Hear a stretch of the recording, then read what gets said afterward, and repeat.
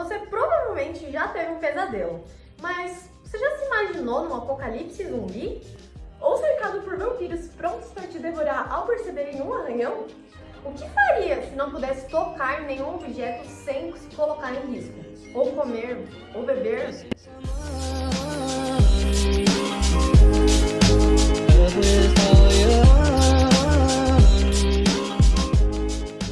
Na verdade, nem precisamos imaginar. Tirando os zumbis e os vampiros, todos os dias vivemos constantemente expostos a micro-organismos ao comer, beber, respirar e até segurar um objeto.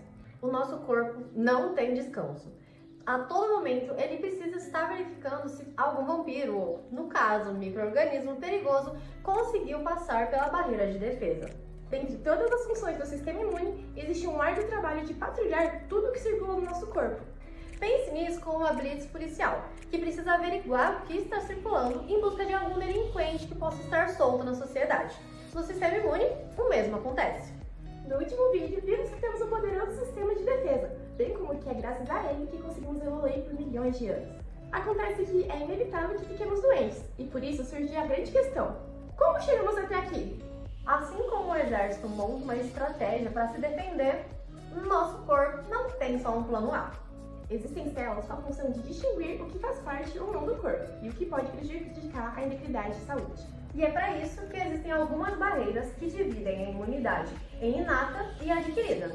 O sistema imune desenvolveu propriedades especializadas em diferentes partes do corpo, sobretudo nos tecidos epiteliais. Tais propriedades também garantem que vivamos em harmonia com organismos não patogênicos que colonizam as superfícies epiteliais da pele e o lumen dos órgãos revestidos com mucosa. Podemos então entender isso como uma barreira, mas não apenas uma, várias. Antes de qualquer invasor ter a chance de fazer bagunça, ele precisa passar por 3 barreiras. Em primeiro lugar, a primeira linha de combate, que é formada por barreiras naturais como a pele, a mucosa, secreções, a flora intestinal e até mesmo o peristaltismo. Segunda linha de combate, respostas inflamatórias que podem ser por células fagocíticas, citocinas, o CAM, ou o sistema do complemento, e o aumento da temperatura. E por fim, a terceira linha de combate, formada pelos anticorpos, linfócitos B e linfócitos T e os natural killers. E é justamente essa terceira linha que seria como o plano B do nosso corpo, pois as 2 primeiras linhas dizem respeito à imunidade inata, enquanto a terceira, a adquirida. Como eu disse, na imunidade inata, a primeira linha de defesa é fornecida por barreiras epiteliais da pele e tecidos da mucosa, além de células e antibióticos naturais presentes no epitélio que funcionam para bloquear a entrada de micro-organismos. Mas como já diz o ditado, falhar é humano. E quando a primeira linha de combate de defesa não é capaz de impedir o invasor, a segunda linha entra em ação.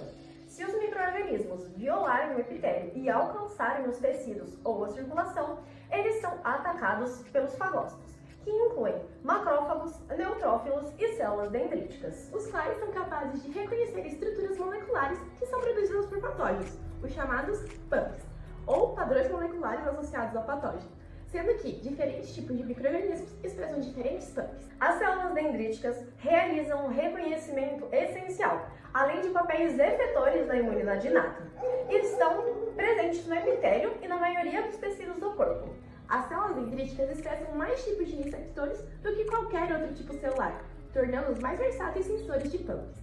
E quando esses PAMPs são reconhecidos, uma forte ligação covalente ocorre e a ativação de vias de transdução de sinal que promovem as funções antimicrobianas e pró-inflamatórias a fim de englobar esse antígeno. Além disso, graças à sua localização no epitélio e na maioria dos tecidos do corpo e à sua morfologia, essas células são preparadas para detectar micro-organismos invasores, que, após identificarem e captarem antígenos proteicos, são capazes de transportá-los aos linfonodos, onde apresentam fragmentos proteicos chamados de epítopos para as células da nossa próxima linha de defesa, a imunidade adquirida ou humoral.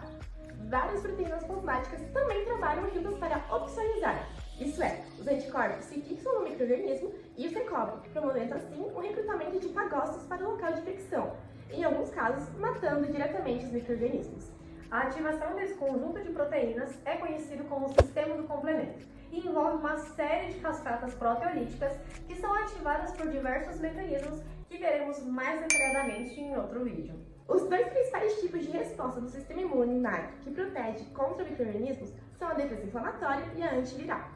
A inflamação qual os leucócitos circulantes e as proteínas plasmáticas são trazidas até o local de infecção nos tecidos e são ativados para destruir e eliminar os agentes agressores.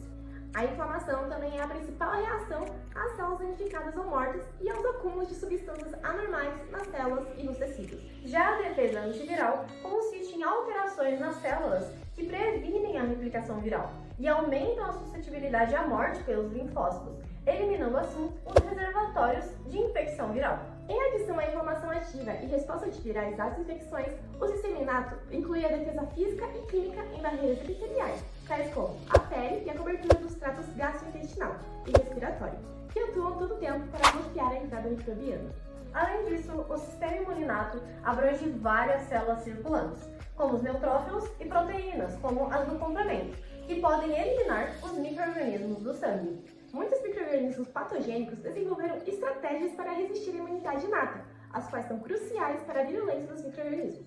Mas o lado bom é que a atividade da imunidade inata estimula respostas imunes adaptativas. Afinal, justamente pela ativação de linfócitos tipicamente demorarem alguns dias, há necessidade da imunidade inata inicialmente conferir essa proteção. É a imunidade inata que influencia a natureza das respostas adaptativas para torná-las efetivas contra diferentes tipos de micro-organismos, já que reagem de maneiras distintas a diversos micro-organismos, e assim influenciam o tipo de resposta adaptativa. Assim, a imunidade inata não atua somente em funções defensivas logo após a infecção, mas também fornece sinais que alertam o sistema imune adaptativo para responder.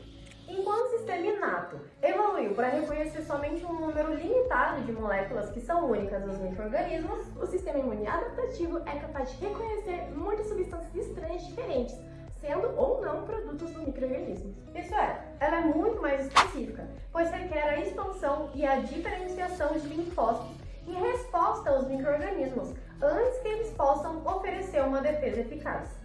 Ele se adapta à presença de micro-organismos invasores. E é aí que entramos no que se entende por imunidade adquirida, aquela que é regulada por linfócitos T, mediada por células, linfócitos B e anticorpos. E a imunidade humoral. Uma das principais funções da imunidade mediada por células T é ativar macrófagos, para matar micro-organismos intracelulares e induzir respostas inflamatórias robustas, por recrutar um exército bastante amplo de macrófagos para o sítio de infecção.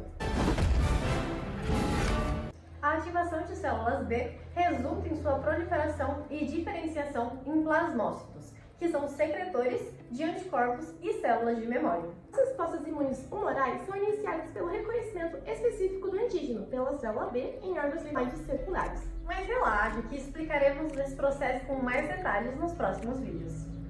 Ativa a notificação. Mas no fim, o resultado são os anticorpos, proteínas específicas que vão combater o antígeno, e as células de memória, que permite que o sistema imune produza respostas aumentadas a exposições persistentes ou recorrentes ao mesmo antígeno. E assim combate infecções por micro-organismos prevalentes ou encontrados repetidamente. E é por isso que a gente diz que o corpo não tem descanso. Todas as muralhas do sistema imune trabalham juntas para garantir a nossa sobrevivência. Você está curioso para saber como isso acontece? Então já aproveita e ativa o sininho para não perder os próximos vídeos. Comenta aqui embaixo também se você tiver alguma dúvida. E obrigada por ter visto até aqui. A gente se vê no próximo vídeo. Canal Inibe, o canal que as suas dúvidas inibe.